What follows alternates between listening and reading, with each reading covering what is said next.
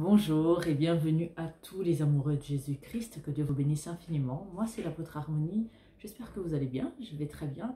Vous nous retrouverez sur YouTube en tapant Centre de Gloire Emmanuel et sur Facebook on a deux pages, donc apôtre Olivier Cambola officiel et apôtre Harmonie. Aujourd'hui on va parler des mauvaises fréquentations. Bon, là, le mois de septembre est déjà bien entamé, on est même le 24 au moment où je fais cette vidéo, le 24 septembre 2020, et puis la rentrée scolaire est déjà bien entamée, les élèves, les étudiants, les lycéens, les collégiens sont déjà maintenant habitués donc, à se réveiller tôt, à aller à l'école, donc pour ça, tout va bien. Et puis bon, ils ont aussi eu le temps de fréquenter, d'apprendre à connaître les nouvelles élèves, les nouvelles copains, les copines à l'école. Et puis bon, on cerne un peu le comportement des uns et des autres. On s'est déjà fait peut-être des amis, d'autres peut-être un peu moins, parce que bon, tout dépend de la personnalité de chacun. Donc si on est un peu timide ou pas, ou excusez-moi. Ou parfois aussi, bon, il y a des personnes qui se rencontrent dès la première fois pour la rentrée, et puis ils s'entendent très bien, et c'est parti.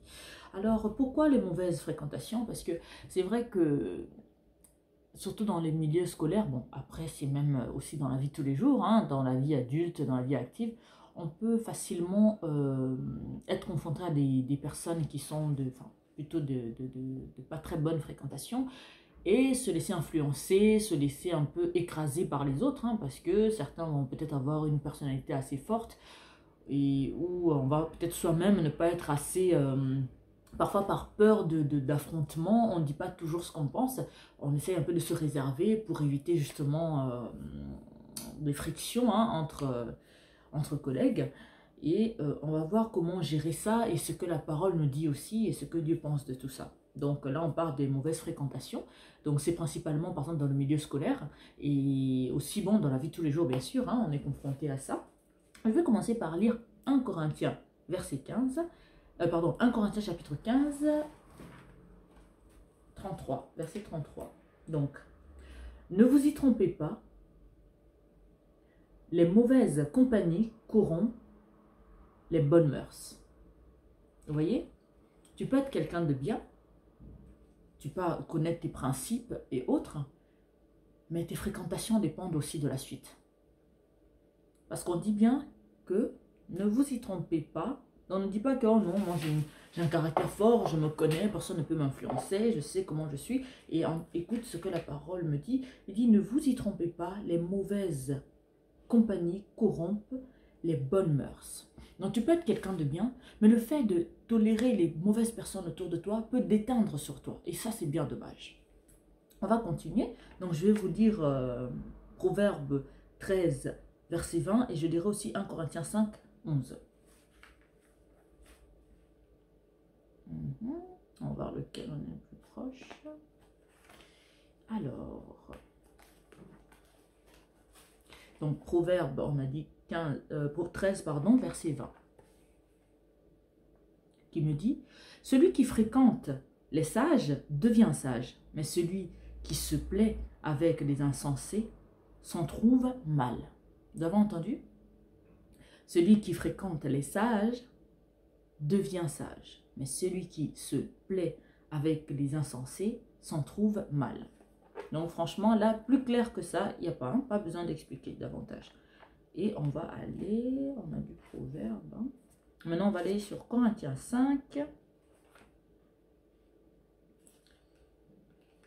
Et le verset 11 qui nous dit « Maintenant, ce que je vous ai écrit, c'est de ne pas avoir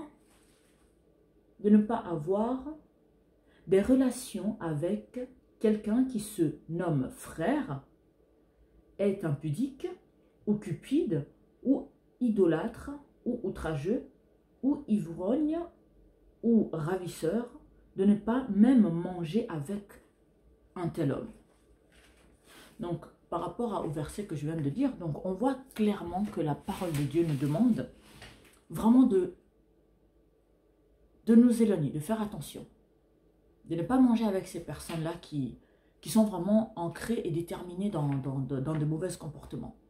Par exemple, tu es à l'école, là je prends des élèves par exemple, tu as remarqué que bon, le nouveau copain que tu viens de te faire dans ta classe, harcèle les autres, il est méchant gratuitement et toi tu continues à traîner avec lui. Tu te rends compte que souvent dans la cour, il y a le groupe de personnes avec qui tu rejoins pour jouer, pour passer un temps de récré, ce qui est tout à fait normal.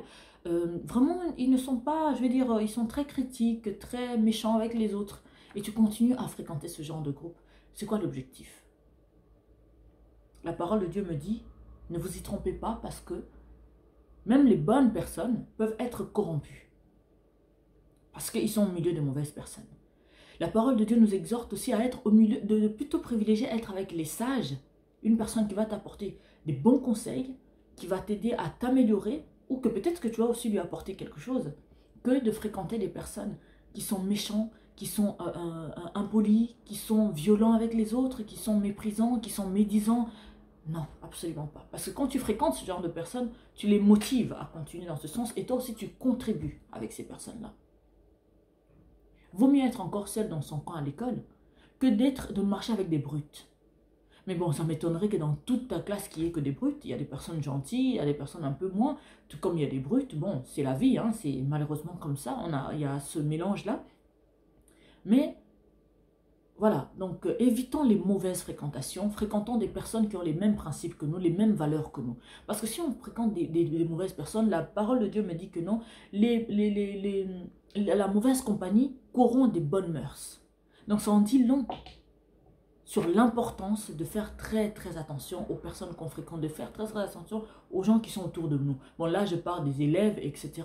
Mais c'est aussi pour les adultes qui sont dans la vie active, qui sont... dans la vie active, dans la vie adulte, pardon, en général, on a aussi des personnes qui ne sont pas, on le voit dans leur comportement.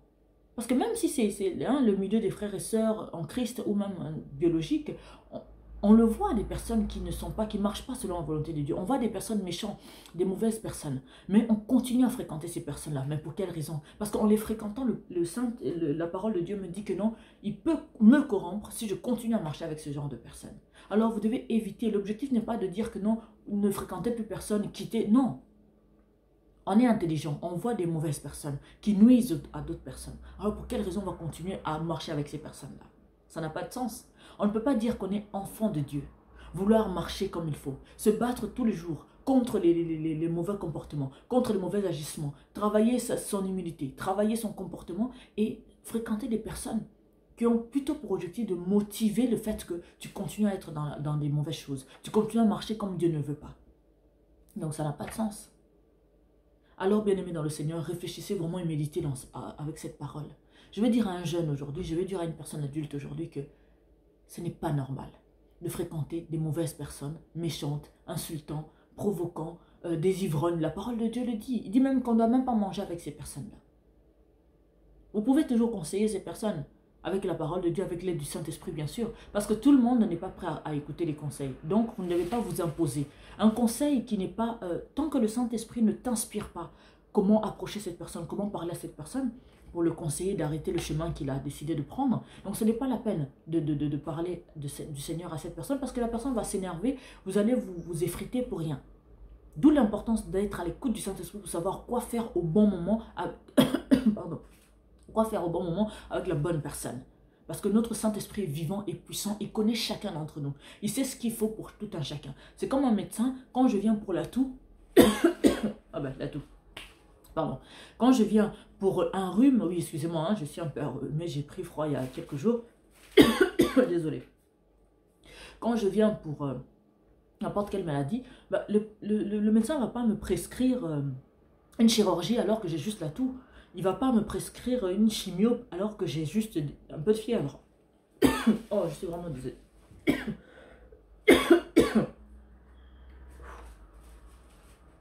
Donc c'est pour vous dire que le Saint-Esprit connaît chacun d'entre nous. Il sait qu'est-ce qu'il peut donner à chacun d'entre nous comme enseignement, comme traitement pour guérir nos esprits, pour guérir nos vies. Alors je vous laisse méditer là-dessus. Que Dieu vous bénisse infiniment. Je vous invite vraiment à lire Proverbe 13, bon, dans l'ordre, 1 Corinthiens chapitre 15 verset 33, 1 Corinthiens 5 verset 11 et pour finir Proverbe 13, 20. Que Dieu vous bénisse infiniment. Soyez bénis et inspirés par le Saint-Esprit. À très bientôt. C'était l'apôtre Harmonie. Ciao.